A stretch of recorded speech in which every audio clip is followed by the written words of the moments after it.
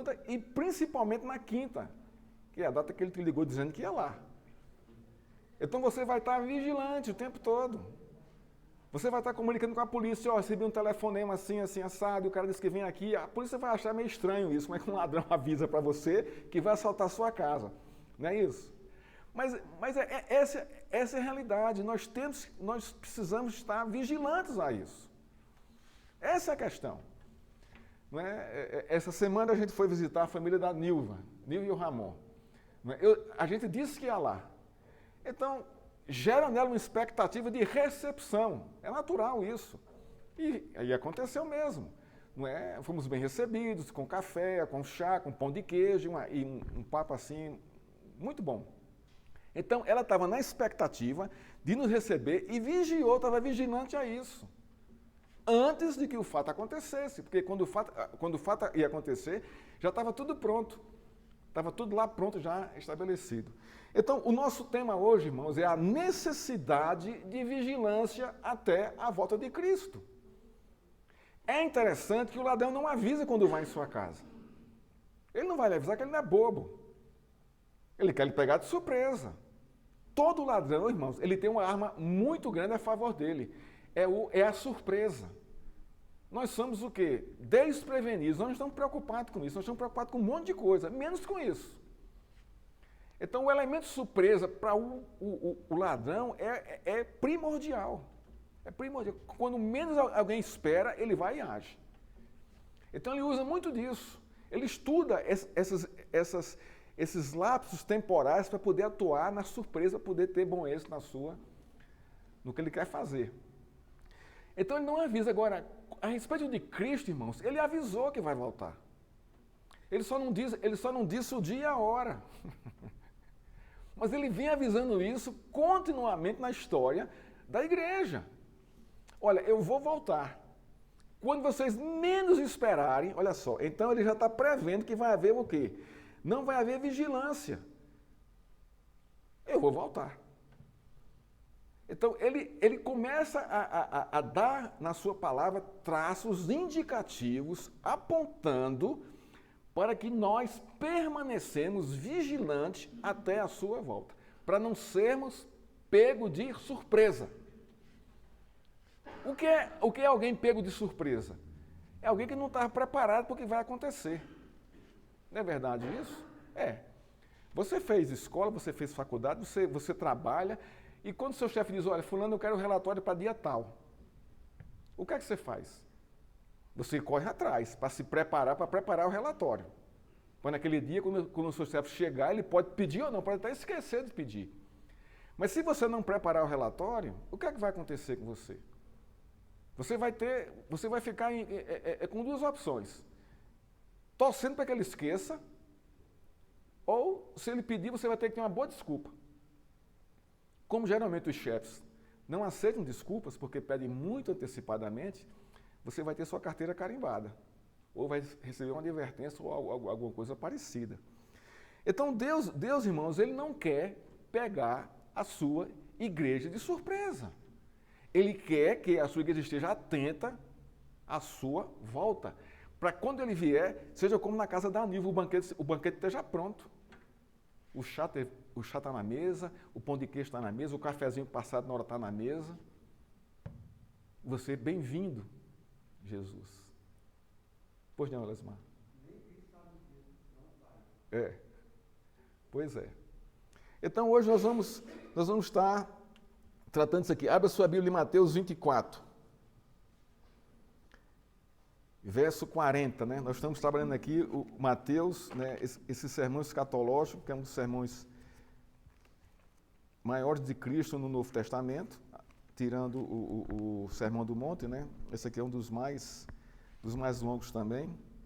Mateus 24, verso 40. Diz assim: Então, dois estarão no campo. Um será levado e o outro será deixado. Duas mulheres estarão trabalhando no moinho. Uma será levada e a outra deixada. A que se refere essa palavra aqui? Cristo está falando de quê aqui?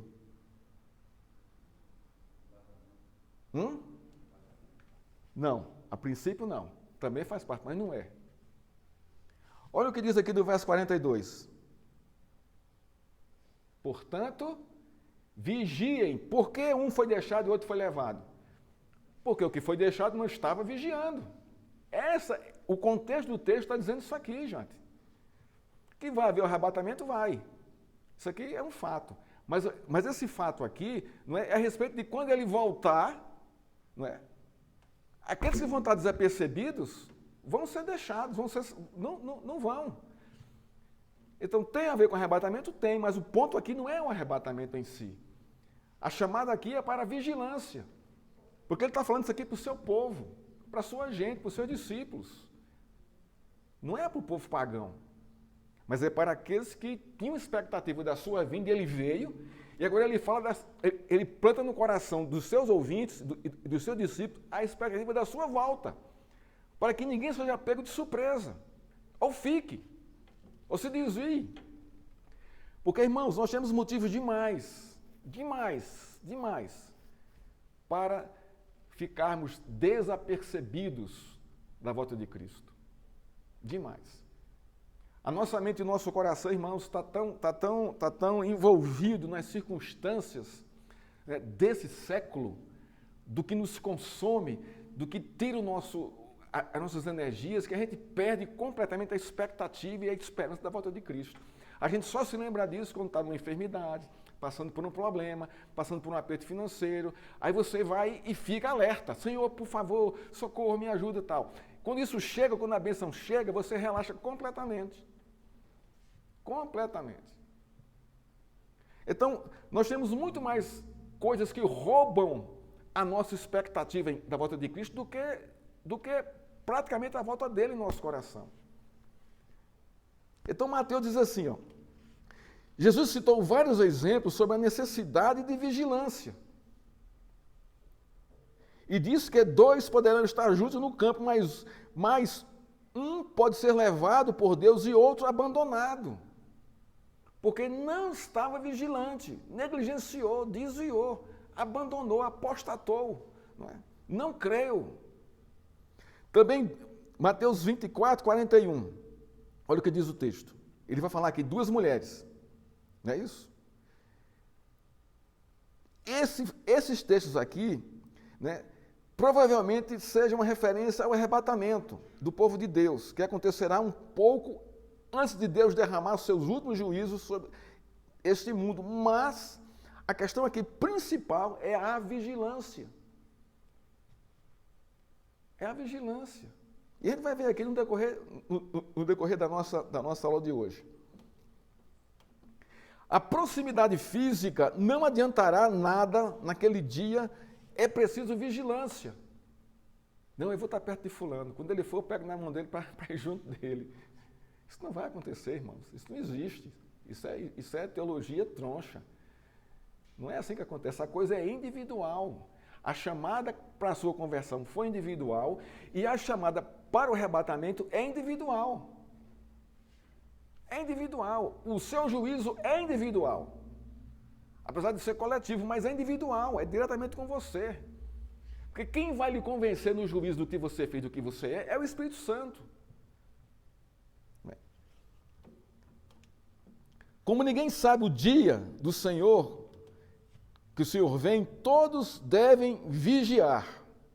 Olha aqui o verso 42. Portanto, vigiem, porque vocês não sabem em que dia virá o Senhor de vocês. Porém, considerem isso. Olha que coisa interessante aqui. Se o pai de família soubesse a que hora viria o ladrão, vigiaria e não deixaria que sua casa fosse arrombada. Foi a primeira pergunta que eu fiz aqui a vocês. Ele vai vir, mas não sabe quando. Então ele vigia para que a sua casa não seja arrombada. Então, irmãos, o que é que pode roubar de nós a nossa expectativa e a nossa esperança na volta de Cristo? A nossa incredulidade, está demorando demais, já faz 2000 anos e diz que vem, não vem, e você começa a relaxar e achar que as circunstâncias que lhe cercam não estão dizendo nada, quando na verdade estão apontando cada vez mais a sua volta. É uma prova de fé. É um desafio para mim e para você, isso aí. Continuar a nossa vida cristã, ela na mesma batida até a volta de Cristo, sem relaxar, sem esmorecer. Até podemos esmorecer, podemos, mas pedimos a Deus que revigore a nossa vida. Podemos pecar? Podemos, mas Senhor, perdoa e continue me levando à Tua presença. Me dá força para continuar caminhando. Isso vai acontecer? Vai. Mas o fato é você baixar completamente a guarda para a volta de Cristo. Não é? Por isso, estejam, o verso 44, estejam também vocês preparados, porque o Filho do Homem virá a hora em que vocês menos esperam. Aqui está um aviso. Aqui está um aviso. Ele está avisando que vem, mas não vem para roubar, para saquear a sua casa. Ele não vem para isso. Ele vem para se encontrar com você. Ele vem para lhe buscar. Ele vem para restaurar a sua vida. Ele vem para restaurar toda a história da humanidade, toda a criação. Ele vem para isso. Ele não vem para dizer, eita, peguei fulano ali, ó, estava desapercebido. Ele não vem com essa intenção, gente. Porque ele não é assim. Mas ele é justo. Quem tiver relaxado, quem tiver escanteado, dançou, não vai não. Não vai não. Então, esse aqui é o primeiro ponto. Jesus, ele contou duas parábolas para ilustrar a necessidade da vigilância. Está aqui em Mateus, do 45 ao 49, e do capítulo 25, 1 ao 13. São duas parábolas aqui, interessantes aqui, que tem a ver com o contexto da sua volta. Então, as parábolas do capítulo, que estão terminando aqui o sermão do escatológico, e o começo do 25 aqui tem a ver ainda com o contexto da sua volta. E ele vai exemplificar de um modo muito interessante aqui. Olha o que ele diz aqui, 45. Quem é, pois, o servo fiel e prudente, a quem o Senhor deixou encarregado dos demais servos, para lhe dar o sustento a seu tempo? Ele faz uma pergunta aqui, né? Quem é um servo fiel e prudente? Que Deus deixou encarregado, né, de a seu tempo, não é, prestar conta, né, do sustento do seu Senhor. Dá para ele o que o servo produziu. Bem-aventurado aquele servo a quem o seu Senhor, quando vier, achar fazendo assim. O quê? Trabalhando naquilo que foi encarregado para fazer e dando fruto. Em verdade lhe digo que lhe confiará todos os seus bens. Mas o que acontecerá se aquele servo, sendo mau, disser consigo mesmo, meu senhor demora para vir, e começar a espancar os seus companheiros, a comer e a beber com os bêbados? O que vai acontecer com esse servo? Então, claro que essa parábola aqui tem a ver com os judeus aqui do contexto, né, que Jesus veio, rejeitaram e mataram os profetas, mataram aqueles que Deus encaminhou. Esse aqui é o contexto. Mas como é que a gente pode aplicar aqui a nossa vida? Não é? São aqueles crentes relaxados, irmãos, que não estão nem aí, ou que não se converteram, ou que se convenceram de que eram crentes, e que na verdade não eram crentes. Não eram crentes. Não é? Então, eles começam, ele fala, demora por vir, começar a espancar os seus companheiros, a comer, a beber. Então, como viviam no tempo de Noé, no tempo de Sodoma e Gomorra, comendo, bebendo, farrando, as coisas todas por aí. Observe o nosso contexto hoje, como é que está isso. Irmãos, o homem, ele é indesculpável da existência de Deus. Todos, crentes e descrentes. Indesculpável. E até os descrentes conseguem fazer a leitura correta. Já visto um repórter, né, assim, na sua fala no YouTube, disse, não, essa guerra, essa batalha não é de homens contra homens, essa batalha é espiritual. E não tem nada de crente o cara, mas olha só o que ele discerniu. Então é indesculpável, porque sua vida não está sendo colocada, vivida em santidade. Olha o verso 50. Virá o servo daqueles virá o Senhor daquele servo em dia em que não o espera, em hora que não sabe. E irá aplicar-lhe um castigo severo, condenando com os hipócritas, ali haverá choro e ranger de dente. Juízo final, juízo de Deus. Ele também falou das virgens que esperavam o noivo. Aí vem aqui já a parábola aqui do capítulo 25, do verso 1 ao verso 13. Olha só. Então, o reino dos céus será semelhante a 10 virgens que, pegando as suas lâmpadas, saíram a encontrar-se com o noivo. 5 delas eram imprudentes e 5 prudentes. As imprudentes, ao pegar as suas lamparinas, não levaram o óleo consigo, mas as prudentes, além das lamparinas, levaram o óleo nas vasilhas. E como o noivo estava demorando, todas ficaram sonolentas e adormeceram. Mas, à meia-noite, ouviu-se um grito: eis o noivo, saiam ao encontro dele. Então, você está vendo aqui o tempo que elas não sabem, o momento que elas não sabem. Então, estourou a trombeta, Jesus voltou, pronto. Aí, meu irmão, acabou, não tem mais chance para arrependimento, acabou tudo, encerrou a história humana. Ele voltou. Então, aqueles que estão em paz com Deus, né, vão ser recebidos no seu reino. Mas aqueles que não estão em paz com Deus, irmãos, infelizmente, vão ser lançados no inferno, sem qualquer misericórdia. Porque o tempo de misericórdia, por que Deus demora tanto, irmãos? Você já parou para perguntar sobre isso? Por que Deus demora tanto em voltar? Qual seria a sua resposta aí? Por que ele demora tanto? Hã? Porque, mas, vamos lá, porque é longânimo, o que mais? Mas por que ele é longânimo? Hã? É muito paciente, mas tá certo, é muito paciente.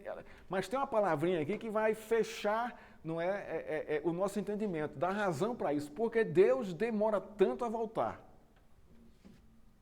Ou porque ele não voltou ainda. Quanto tempo Noé passou para construir uma arca e pregando?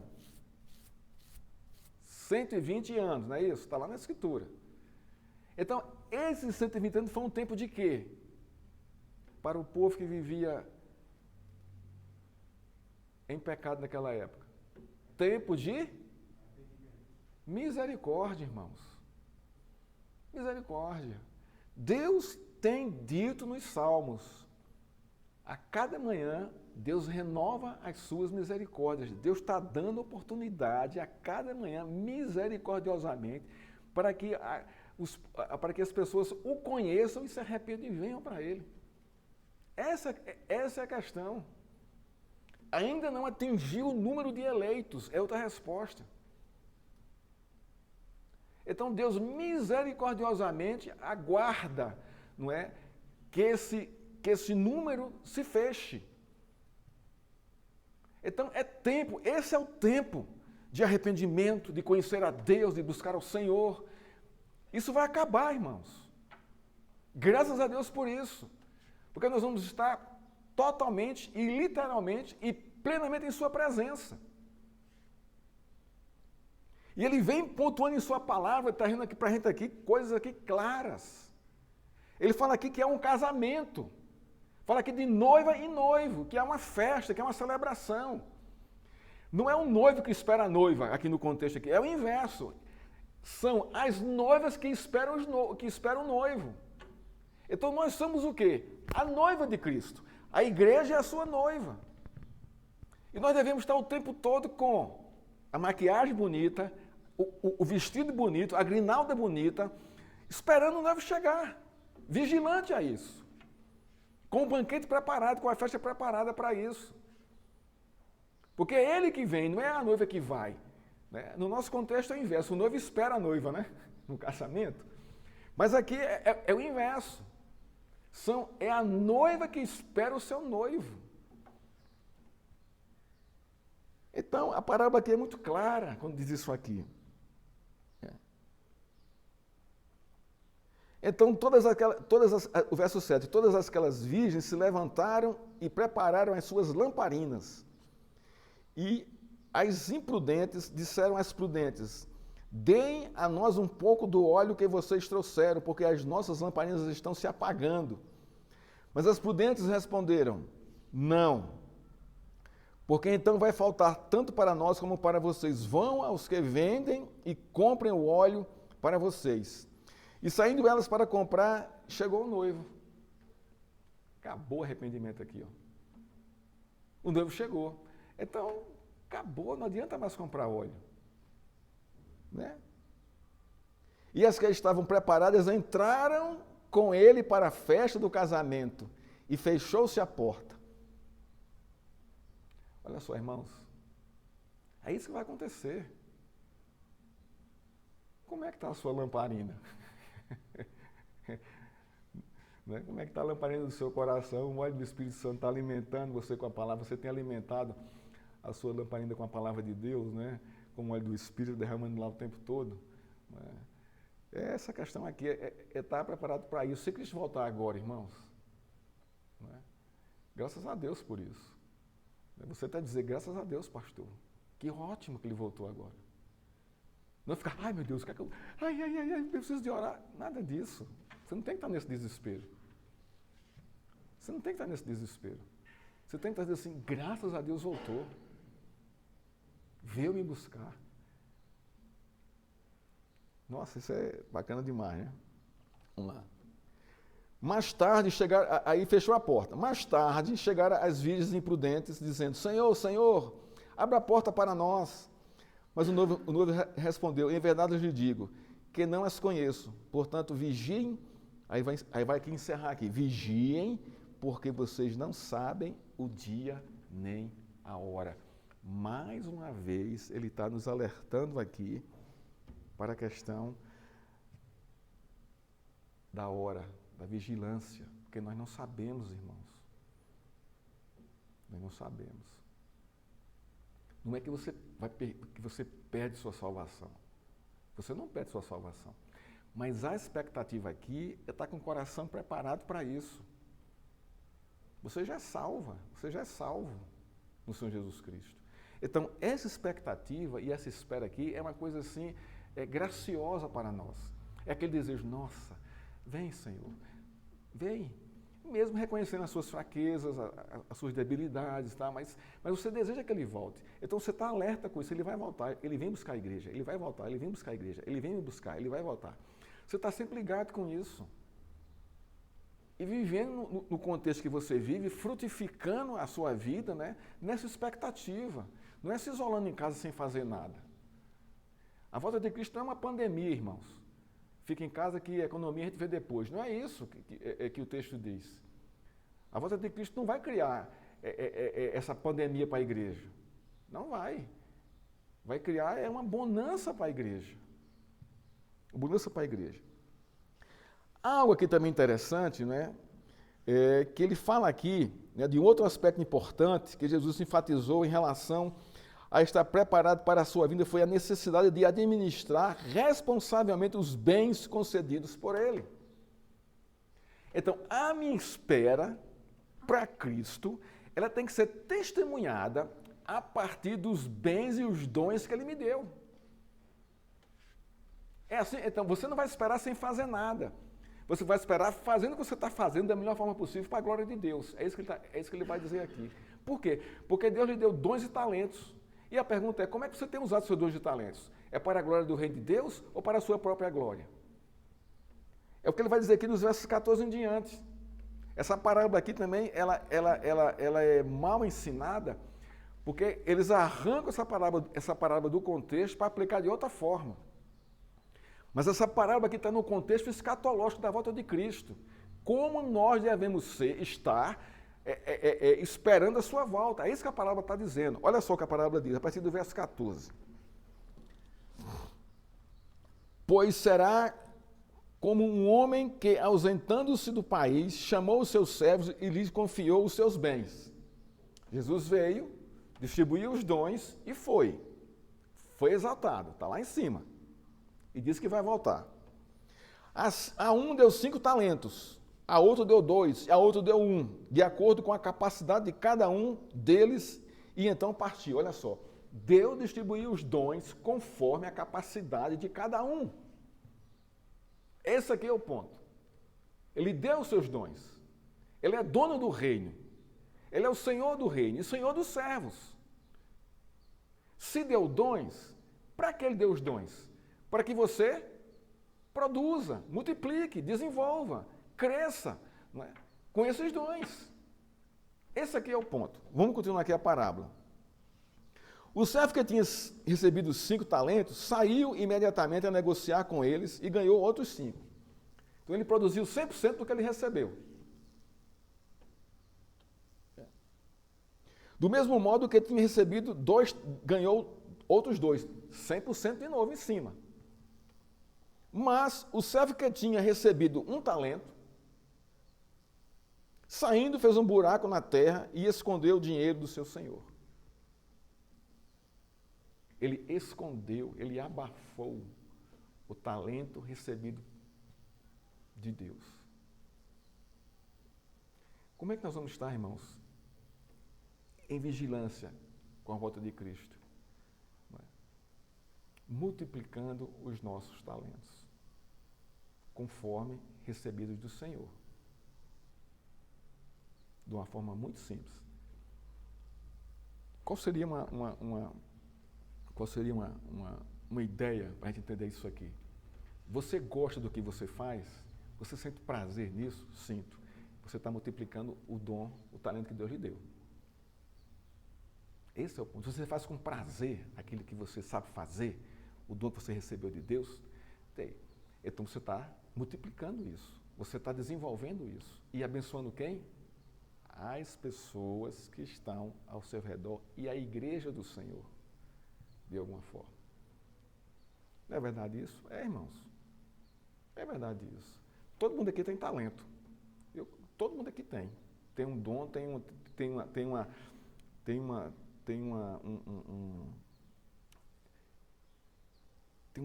tema, tem uma profissão que desenvolve com sabedoria e com consciência e com prazer disso aí. Não é verdade isso? Todo mundo é assim.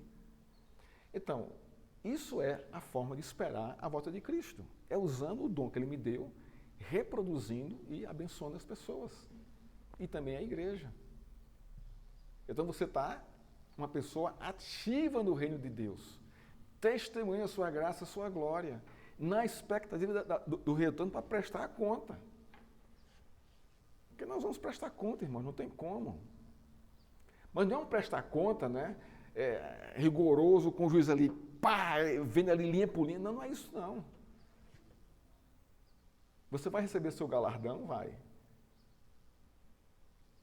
Você vai dizer, Senhor, olha aqui meu galardão. O que tu me deste, eu te devolvo. Olha aqui minha coroa de glória. Eu estou te devolvendo. Vamos continuar aqui. Depois de muito tempo, o senhor daquele servo voltou e fez um ajuste de contas com eles. Vai haver um ajuste de contas no final da história. Não tem como. Não tem como. Por isso que chama juízo final. O que é qual é a outra palavra para a gente falar aqui sobre juízo final? Ajuste de contas. Prestação de conta. O balanço da sua vida. Quem trabalha aqui em empresa, quem tem aqui em empresa, sabe o que é isso. Todo mês você faz seu balancete. E no final do ano tem um balanço completo, como é que foi o ano todo. Não é isso? Eu trabalhei muitos anos em departamento pessoal, não é? E trabalhei também muitos anos em levantamento de estoque para fazer justamente o balanço, não é? Das empresas que eu trabalhava. E aquilo é custoso. Não é? Aquilo é custoso. Mas é necessário isso. Então, a nossa vida é como um livro caixa. É como um livro caixa, irmãos. E a gente vai prestar conta deles de uma forma saudável, bonita, alegre, motivada por Cristo e Espírito Santo. Não é de uma forma triste assim, não é nisso, não, porque isso não vai acontecer no céu. Não há choro mais, não há tristeza mais. Não é? Mas para aqueles que vivem dissolutamente, irmãos, sem levar em consideração nada disso, abusando das coisas, não é? Ou enterrando seus talentos, ou aplicando da forma errada, esses aí é complicado. É complicado. A parábola que continua. Depois de muito tempo, o senhor daquele servo voltou e fez um ajuste de contas com ele. Aproximando-se o que tinha recebido os 5 talentos, entregou outros 5, dizendo: o senhor me confiou 5 talentos, eis aqui outros que ganhei, 5 que ganhei. O senhor disse: muito bem, servo bom e fiel. Você foi fiel no pouco, sobre o muito colocarei. Venha participar da alegria do seu senhor. É isso que vai acontecer conosco. Muito bem, serva Lana, você foi fiel naquele que eu coloquei em sua mão. Venha participar aqui da alegria do seu Senhor. Olha que coisa bacana, irmãos. E aproximando-se também o que tinha recebido 2 talentos, disse: o Senhor me confiou 2 talentos, eis aqui outros 2 que ganhei. Então o Senhor disse: muito bem, servo bom e fiel, você foi fiel no pouco, sobre o muito colocarei, venha participar da alegria do seu Senhor. Está vendo aqui como Deus está alegre em receber esses servos, né, que multiplicaram seus talentos, que não ficaram preguiçosos e ociosos ou fizeram outras coisas, né, com o talento que receberam, né. Chegando por fim o que tinha recebido 1 talento, disse: sabendo que o Senhor é um homem severo, que colhe onde não plantou e ajunta onde não espalhou, fiquei com medo e escondi o seu talento na terra. Aqui está o que é seu. Qual é o problema aqui desse homem, irmãos? Ele não devolveu a Deus o que ele recebeu, né? Ele não roubou, né? Ele não... né? Mas qual é o problema desse homem aqui, dessa pessoa aqui? O que aconteceu aqui? Para Deus não aceitar, Deus reprová-lo. São 2 coisas aqui que esse homem faz aqui, 2 coisas. Deu para perceber no texto? Qual foi o mal que ele... Qual foi o que esse homem fez aqui?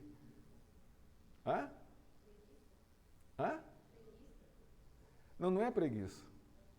Não foi preguiça, não. Tem 2 coisas aqui que ele não leva em consideração aqui. A primeira qual foi? Olha só o que o texto diz aqui, ó. Sabendo que o Senhor é um homem severo, primeira coisa aqui, ele conhecia o seu Senhor. Né? Aqui.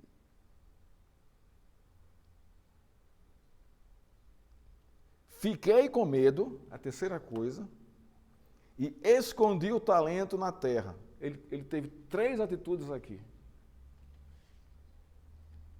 Ele sabia quem era Deus, ele teve medo do Senhor, ele não tinha nenhum relacionamento com Deus. E terceiro, ele escondeu, enterrou seu talento. Não levou em consideração o talento que recebeu de Deus aqui. Esse foi o pecado dele aqui. Mas isso não parece muito bom. Na hora que ele responsabiliza Deus pela severidade, me lembra um pouco o pecado original, quando o próprio Adão fala, foi ela. Né? Então, assim, a gente responsabiliza o outro, ao invés de assumir aquilo que a gente precisa fazer.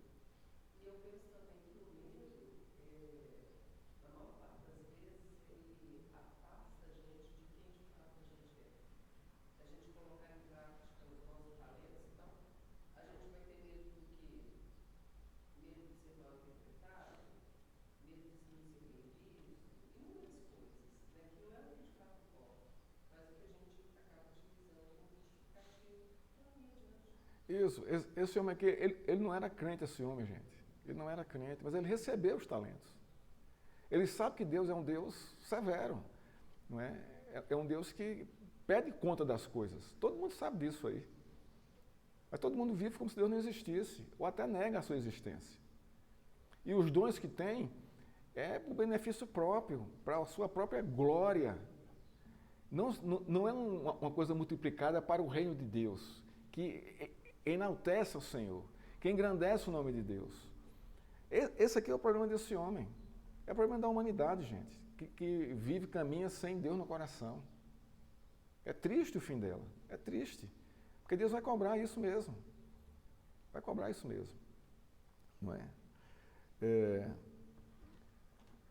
Portanto, tirem dele. Então, servo mau e preguiçoso. Olha só, Deus chama ele de preguiçoso. Servo mau e preguiçoso. Você sabia que eu colho onde não plantei e ajunto onde não espalhei. Você sabe quem eu sou. Então você deveria ter entregado o meu dinheiro aos banqueiros, e eu, ao voltar, receberia com juro o que é meu. Ele não fez isso. Portanto, tirem dele o talento e deem ao que tem 10.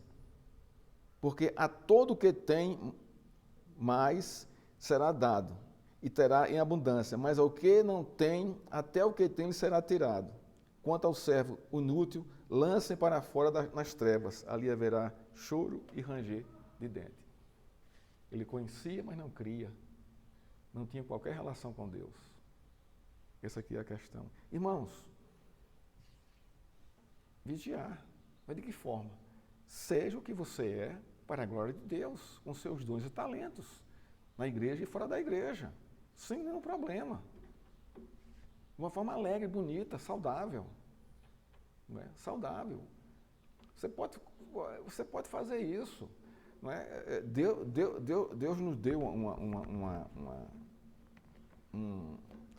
um talento muito bacana. Proclamação do Evangelho. Colocou em nosso coração pelo Espírito Santo. Quando você tiver, você pode pregar o Evangelho. Você pode falar para alguém de Jesus, você pode testemunhar. Você está produzindo ali. Você está, não é, levando adiante ali o reino de Deus. Não é? Irmãos, encerramos aqui a necessidade de vigilância. Portanto, um bom modo de esperar a vinda de Jesus Cristo é trabalharmos com os dons e talentos que Ele nos deu em benefício do seu reino. É isso. É dessa forma que nós vamos esperar a Cristo. É dessa forma que nós vamos vigiar, que nós estaremos vigilantes dentro do Senhor. Não há outra forma. Não é você comprar aquela luneta grande e ficar olhando para o céu, assim, buscando o universo, aí lá vem umas com a trombeira. Não é isso, não. Porque não é assim que acontece. Você não piscar e abrir de olhos, você nem imagina como é que isso vai acontecer. Ok? Irmão, juízo final. Isso aqui põe medo, né? Quando a gente fala de juízo final, bata os tambores.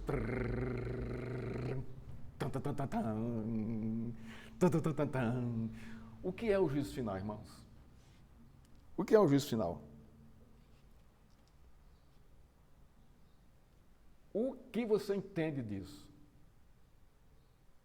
Juízo final. É o último juízo. Não vai ter mais depois desse. Essa é a primeira indicação que o termo está dizendo.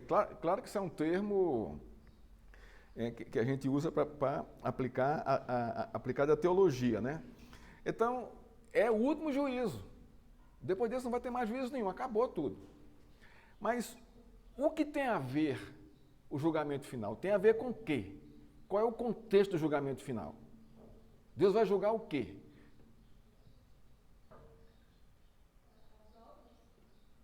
As obras. As obras representam quem? As pessoas, os seres humanos. Então o juízo é sobre os seres humanos. Não é sobre a natureza, não é sobre os animais. Porque natureza e animal são irracionais. O juízo é sobre a racionalidade humana, é sobre o homem, o ser humano. Ele vai ter que prestar conta. Ele vai estar dentro do tribunal de Deus para prestar conta da sua vida. Finalmente, em seu sermão, o profeta Jesus falou sobre o momento final, quando haverá a grande separação dos salvos e dos condenados. Mateus 25, 31 a 46. Vamos ver isso aqui? O grande julgamento. Isso vai acontecer? Vai. Literalmente, vai acontecer. Aqui ninguém escapa. Ninguém escapa, irmãos. Nós temos juízos momentâneos no nosso contexto histórico, na nossa história, na nossa sociedade. Deus está constantemente ajuizando a humanidade. Presta atenção. Todo juízo, nesse contexto que nós estamos vivendo, deve levar o homem ao arrependimento. Porque não é ainda o juízo final. Mas é um juízo parcial, que deve produzir no coração do homem o arrependimento. Então, o juízo de Deus, no nosso contexto hoje, esses juízos parciais e sazonais, não é? Acontece em tal país, acontece conosco aqui, são fatos para que, no contexto que acontece o juízo, o povo se arrependa e veja, olha, isso aqui é de Deus. Deus mandou isso aqui. Nós tivemos um fato agora muito interessante, né, desses anos de 2019, 20 e 21. A pandemia. Não é? A pandemia, irmãos, foi um tipo de juízo sazonal que virou, era uma pandemia quando a coisa estoura, né? Crise, endemia, pandemia. Eles têm uma ordem aí, né? E começou e alcançou, né, o mundo inteiro. Mas o que é que Deus está mostrando aí, irmãos? Faça uma análise das coisas, porque a gente não faz porque a mídia não deixa. Não deixou você pensar. A mídia estava pensando por você o tempo todo. E você embarcava nela. Você não parou para refletir o que estava acontecendo. Mas Deus estava ajuizando a nação, o mundo inteiro. Através de um vírus, irmãos. Uma coisa que você nem vê, de tão pequeno que é. E morreu muita gente, irmãos. Crente e descrente. Eu creio que muita gente morreu, muito descrente morreu na hora da morte ali e converteu. Se aconteceu alguma coisa ali, um milagre ali, ele tomou, acordou e Deus foi lá e salvou essa pessoa. Não é? Juízo, Deus está mostrando as coisas. Não é? E ele fala isso, quando vocês virem guerra, rumores de guerras, terremotos, maremotos, essas coisas, essas catástrofes enormes assim, é sinal. É juízo para que o homem perceba, veja e se arrependa. Vamos lá. Quando o Filho do Homem vier na sua majestade e todos os anjos com ele, então se assentará no trono da sua glória. Veja só, olha só aqui o texto aqui, ó. Quando o Filho do Homem vier, ele vem para onde? Olha o que o texto está dizendo aqui, para você entender o que está acontecendo. Quando o Filho do Homem vier, ele vem para onde? Ele está onde para vir? Ele está na glória. Ele vem para a terra. Observa como ele vai chegar aqui na terra. É isso que ele está dizendo aqui, ó. Quando o Filho do Homem vier na sua majestade e todos os anjos com ele, ele não vem sozinho, ele vem com a milícia celestial. Então, imagina a cena. Coisa que nós nunca vimos. Então se assentará no trono da sua glória. Aqui na terra. Não é no céu que ele vai se assentar no trono da sua glória. Ele vem de lá para cá. Vai ser aqui na terra. Todas as nações serão reunidas em sua presença e ele separará uns dos outros como o pastor separa as ovelhas dos cabritos. Então aqui é o grande trono da glória de Deus na terra, juntando todas as nações. Irmãos, eu não sei como é que vai ser isso. É uma coisa assim inimaginável. Inimaginável. Não é? Porá as ovelhas à sua direita e os cabritos à sua esquerda. Então ele vai separar esquerda e direita. Isso claramente. Então o rei dirá, que rei? O rei Jesus dirá aos que estiverem à sua direita: Venham, benditos do meu Pai, venham herdar o reino que será preparado para vocês desde a fundação do mundo. Onde é que esse reino começou a ser preparado?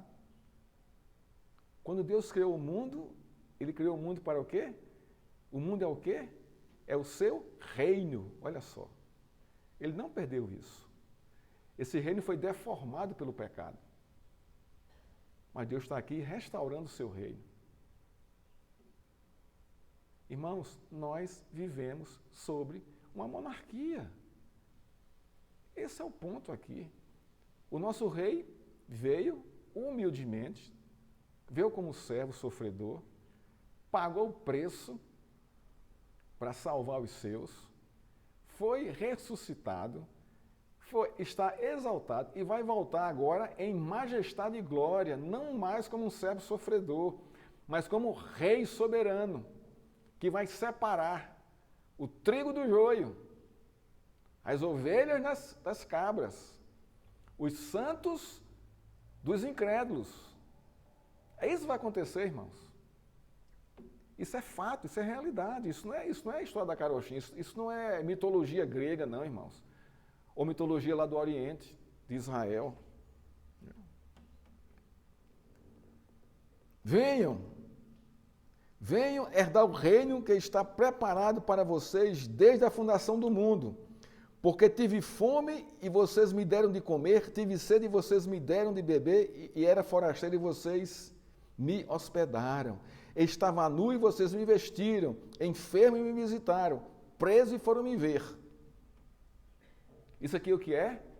É o exercício dos dons, dos talentos que Deus colocou em nossas mãos. Você dá esmola? Sim ou não? Você não dá esmola? A minha pergunta agora é, o que é a esmola? Qual o entendimento que você tem da palavra esmola?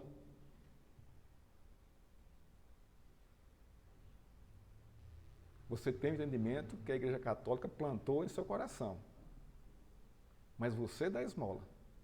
A palavra esmola, irmão, é ajuda no contexto, na sua tradição literal. Você dá uma boa informação a alguém que lhe pede, isso é uma esmola. Você ajudar um colega de trabalho, isso é uma esmola. Você fazer um bazar aqui para botar com custo lá embaixo, isso é uma esmola, é ajuda. A palavra esmola é ajuda, não importa qual tipo de ajuda você esteja dando. Mas nós fizemos o quê? Absorvemos a ideia da esmola da Igreja Católica, que é dar dinheiro aos pobres. Não é isso. Não se resume a isso, essa é a verdade. Essa é a verdade. Tive fome e me deste de comer. Como é que você entende isso? Você já deu comida para alguém? Aí você, isso aqui eu fiz. E eu perguntava, você já pregou a palavra de Deus para alguém? Você está alimentando do mesmo jeito, irmãos. Tem a questão literal e tem a questão espiritual, as duas coisas aqui. Pois não.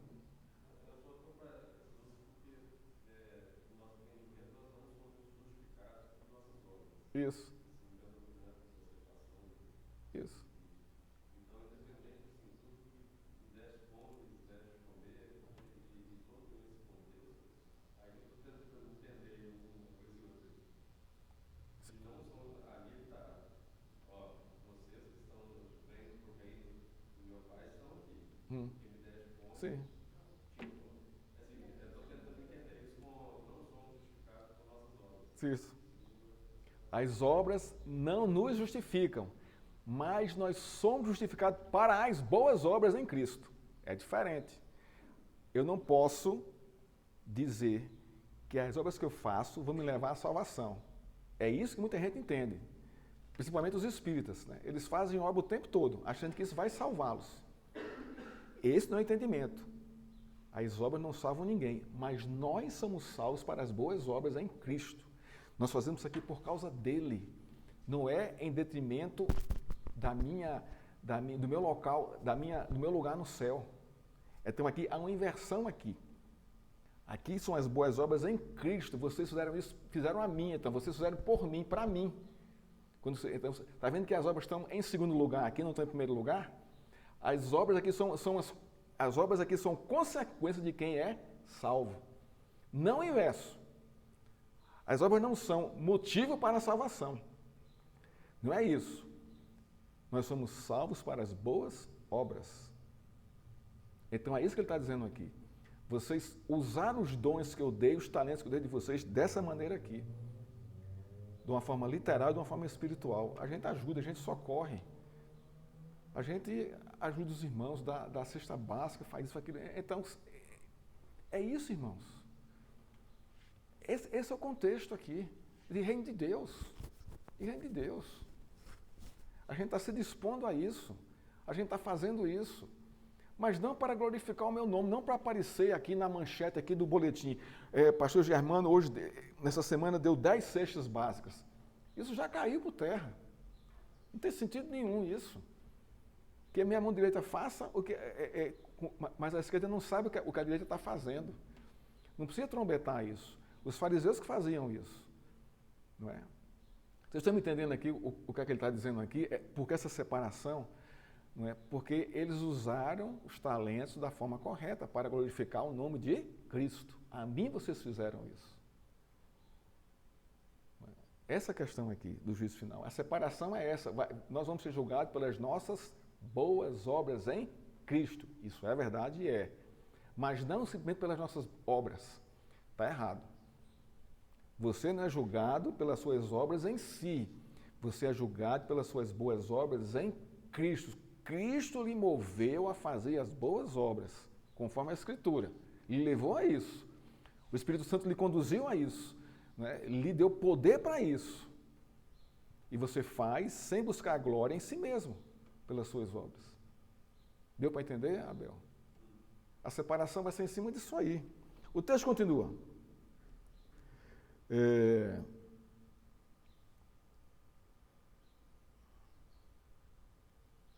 Então os justos perguntaram: quando foi que vimos o Senhor com fome e lhe demos de comer? Ou com sede e lhe demos de beber? E quando foi que vimos o Senhor como forasteiro e o hospedamos? Ou nu e vestimos? E quando foi que vimos o Senhor enfermo ou preso e fomos visitá-lo? O rei respondeu. O rei respondendo lhes dirá: em verdade lhes digo que sempre que o que fizeram um desses meus pequeninos, veja só, sempre que fizeram desses, olha só o que está dizendo aqui, um desses meus pequeninos, a minha igreja, as minhas ovelhas. Veja que a coisa aqui está num pronome pessoal, né? Está num pronome possessivo, quer dizer, minhas ovelhas, meus pequeninos. Estão entendendo, irmãos, o que está acontecendo aqui? Então, quando a gente ajuda aqui alguém aqui, ou vai, ajuda mesmo, tá? É isso que está fazendo, para Cristo. Quando você também ajuda alguém lá fora, da mesma forma. Mas o ponto aqui, o foco aqui é a igreja. É o povo de Deus aqui. Quando você hospeda um missionário em sua casa que você nunca viu na vida, vem aqui fazer uma palestra aqui, você está o quê? Hospedando? É isso que está acontecendo aqui. Não é? Deu para entender?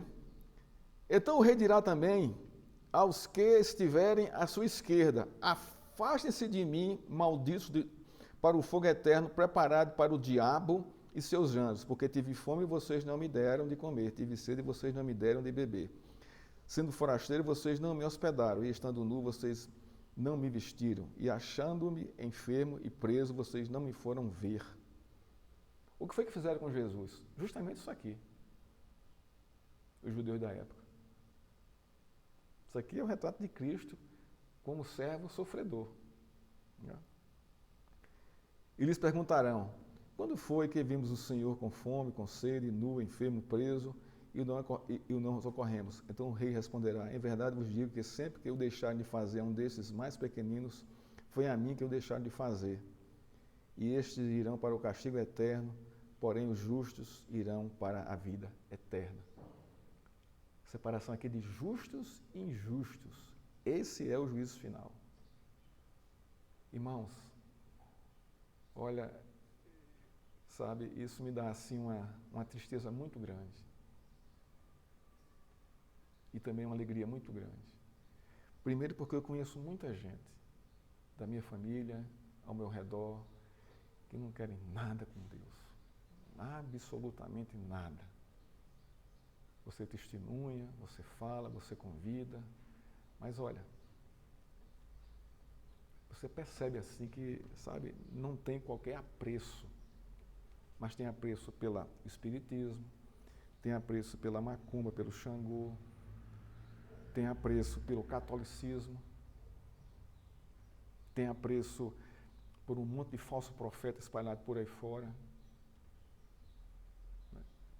tem apreço por um monte de religião, pelas religiões espirituais, Yoga, Buda, Hare Krishna, tem um monte de... Isso eles defendem a unhas e dedos aí, e não tem nada escrito em nenhum dessas religiões a respeito do juízo final. Nada.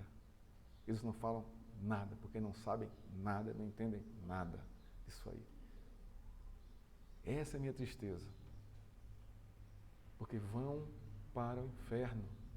Não tem aqui apelação, irmãos.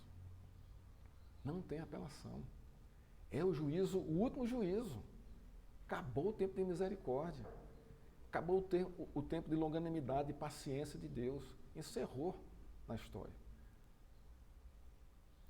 Encerrou na história. E é interessante que esses que vão ser julgados não vão ter qualquer argumento diante do rei. Nenhum. Por quê? Porque o Espírito Santo é quem convence o homem do juízo, do pecado e da justiça. É o próprio Espírito que vai convencer esses que eles vão para o inferno. Sem qualquer argumento. Eles vão ser convencidos disso. Porque a história, né, a ideia que eu tenho, isso não é bíblico, isso é uma especulação minha, mas a ideia que eu tenho é a história da vida de cada um vai passar diante da vida dele assim, e ele vai ver os momentos que Deus, que alguém que chegou falou com ele de Deus, tal, e ele rejeitou. E aí não tem mais apelação mais não, acabou. Não tem mais não. O tempo de misericórdia, o tempo de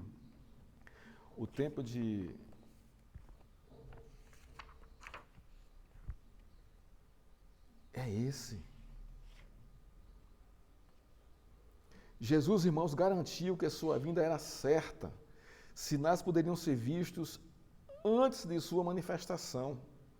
Naquele dia todas as máscaras cairão. Cada um será revelado inteiramente como é. Ninguém sabe quando isso acontecerá, pois pode ser a qualquer momento. Por isso, todos os que são sábios estarão sempre preparados, vigilantes, administrando os bens deixados pelo Senhor e praticando aquelas coisas que agradam ao Senhor.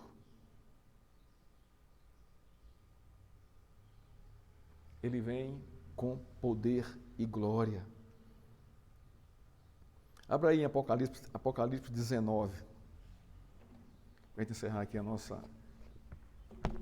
o livro de Apocalipse, que na verdade não deveria ser chamado de Apocalipse, porque isso muita gente tem medo, né? Eu lembro quando criança, né? Quando falava disso, não pode abrir esse livro, não mexa na Bíblia, menino, não faça isso. Não, né? Lá em casa era assim. Né?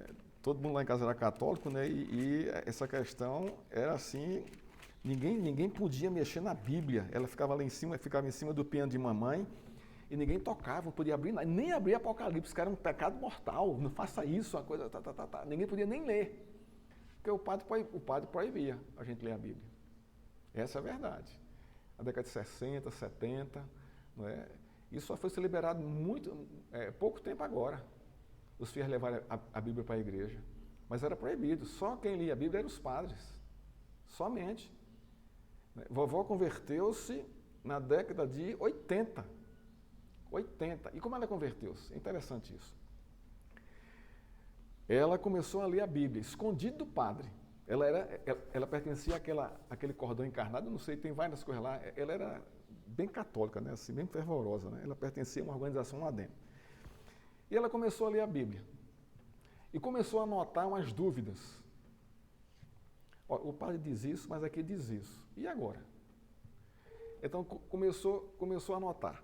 Começou a anotar e era muito amiga do padre, o padre, o paróquio do bairro, né? Conhece todo mundo, toma cafezinho na casa de todo mundo, né? Foi lá e aí disse, padre, eu estou com as dúvidas. Ah, pois não, Severina, quais são suas dúvidas? São essa. Severina, você está lendo a Bíblia? Olha só, ele já disse, né? Você está lendo a Bíblia, Severina? Severina, fecha a Bíblia, vá pelo que eu disser. Faça isso. Não preocupa com isso, não. Eu estou ensinando o correto para você. Tá bom, ela era muito obediente, né? Fechou a Bíblia aí, deixou lá. Botou lá no canto que estava. Passado um tempo, ela continuou inquieta e voltou a ler de novo. E voltou a anotar de novo e voltou a ir ao padre de novo. E o padre disse a mesma coisa: Severina, leia a Bíblia. Padre, ler a Bíblia, isso não é para você ler, não. Isso só quem deve ler são os padres, são os sacerdotes. Né? Tá certo. Voltou para casa e tal, também não deu conta. Aí continuou lendo, leu toda a Bíblia. E o que aconteceu, irmãos? O que vocês imaginam que aconteceu? Ela voltou para o padre para perguntar de novo as coisas? Não voltou mais. Ela foi aonde? Ela foi na igreja de crente mais próxima da casa dela. E era uma igreja presbiteriana. Foi o que aconteceu. E lá ela sentou com o pastor e o pastor foi e explicou a ela. Levou as perguntas e explicou tudinho a ela. Com a Bíblia aberta, ensinando tudinho. É isso, irmãos. Sabe, a gente não pode se dar ao luxo, não é, de aceitar tudo que se ouve a respeito de Deus, que se prega por aí. Vá conferir na Escritura. Confira, bata lá. Porque isso é um tempo de você, isso é vigilância. Se o que ele fala está condizente com a Escritura. Se não tiver, rejeita o que você está ouvindo. Não vá atrás. Então, o que diz Apocalipse 19? Depois dessas coisas, ouvi no céu o que parecia ser uma voz forte de uma grande multidão dizendo: Aleluia! A salvação, a glória e o poder são do nosso Deus, porque verdadeiros e justos são os seus juízos. Olha só, verdadeiros e justos são os seus juízos. Pois julgou a grande prostituta que corrompeu a terra e com a sua prostituição e das mãos delas vingou o sangue dos servos. E disseram pela segunda vez: Aleluia! E a sua fumaça sobe para todo sempre. Os 24 anciãos e os 4 seres viventes se prostraram e adoraram a Deus que está sentado no trono, dizendo: Aleluia, aleluia. E do trono saiu uma voz que dizia: Louve a nosso Deus, todos vocês, os seus servos, todos os que temem, os pequenos e os grandes. Então eu ouvi o que parecia ser a voz de uma grande multidão, uma voz como de muitas águas e como a de fortes trovões, dizendo: Aleluia, pois reina o Senhor, nosso Deus, o Todo-Poderoso. Alegremo-nos, exultemo-nos e demos-lhe a glória, porque chegou a hora das bodas do Cordeiro. E a nuvem dele já se preparou, e a ela foi permitido vestir-se de linho finíssimo, resplandecente e puro, porque o linho finíssimo são os atos de justiça dos santos. Aqui é a volta de Cristo, o dia do grande juízo de Deus. Olha aqui, o verso 11. Vi o céu aberto e eis um cavaleiro branco. O seu cavaleiro se chama Fiel e Verdadeiro e julga e combate com justiça. Os seus olhos são como de chama de fogo. Na cabeça dele há muitos diademas. Tem um nome escrito que ninguém conhece, a não ser ele mesmo. Está vestido de um manto encharcado de sangue e o seu nome é Verbo de Deus. Aí é como ele vai voltar. Essa é a cena aqui. Os exércitos dos céus o seguiam, montado em cavalos brancos e vestidos de linho finíssimo, branco e puro. Da sua boca saiu uma espada afiada para com ela ferir as nações. Aqui é a sua palavra, né? Espada é palavra. Ele mesmo as regará com cetro de ferro e ele mesmo é o que pisa o lagar do vinho do furor da sua ira, da ira de Deus, Todo-Poderoso. No seu manto, na sua coxa, está escrito o nome, Rei dos Reis, Senhor dos Senhores. Então vi um anjo posto em pé no sol. Ele gritou com voz forte, dizendo a todas as aves que voavam no meio do céu: Venham, reúnam-se para a grande ceia de Deus.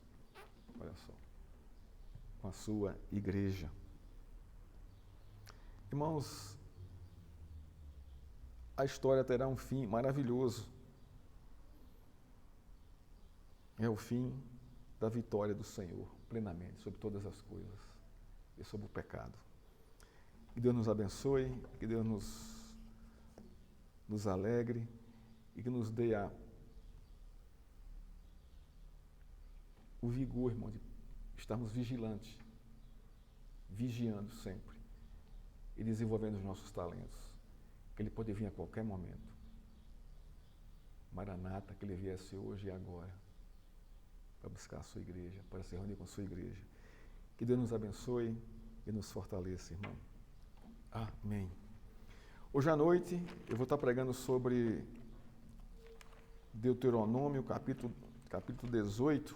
E se você puder ler em casa, para já chegar aqui já com a noção do que eu vou falar, pelo menos do texto que eu vou falar, do verso 15 ao verso 22. A promessa do grande profeta. Nós vamos estar trabalhando sobre esse tema hoje, sobre como discernir o falso e o verdadeiro profeta, a que profeta dar ouvido e quais são os sinais pontuais, né, de um verdadeiro profeta que Deus estabeleceu aqui na sua palavra. É um tema muito atual para o nosso contexto, né? Nós ouvimos, tem muitas vozes aí, não é, ao nosso redor, né, a respeito de profecia, irmãos, não é revelação de mistérios. Não. A profecia que eu vou falar aqui é a palavra de Deus. Profecia bíblica diz respeito